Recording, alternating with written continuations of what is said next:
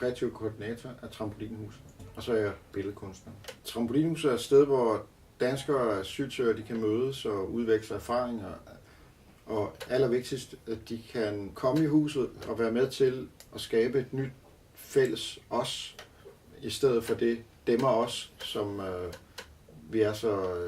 som der er så meget af i vores samfund.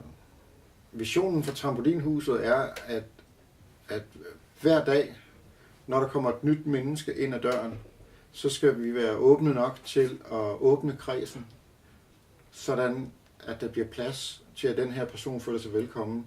Og når det sker, så forandres vi alle sammen en lille smule. Fordi det er i mødet med det andet menneske, at forandring sker, og det er der udviklingen sker. Så det handler om ikke at være bange for den forandring, og omfavne forandringen, og være med til at bygge noget helt nyt op.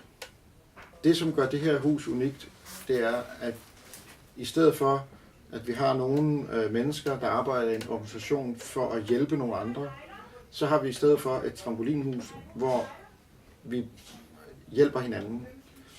Og de ting, der sker her, det er noget, vi laver sammen.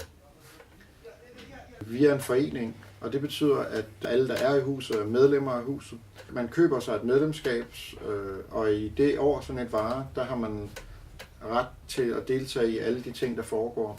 Så er der en donationsøkonomi, det betyder, at man betaler, hvad man kan. Og i hele huset, der fungerer det på den måde. Det danske arbejdsmarked er baseret meget på netværk. Så hvis man kommer som fremmed til det her land, så kan det være meget, meget svært at komme ind, fordi man netop ikke har noget netværk.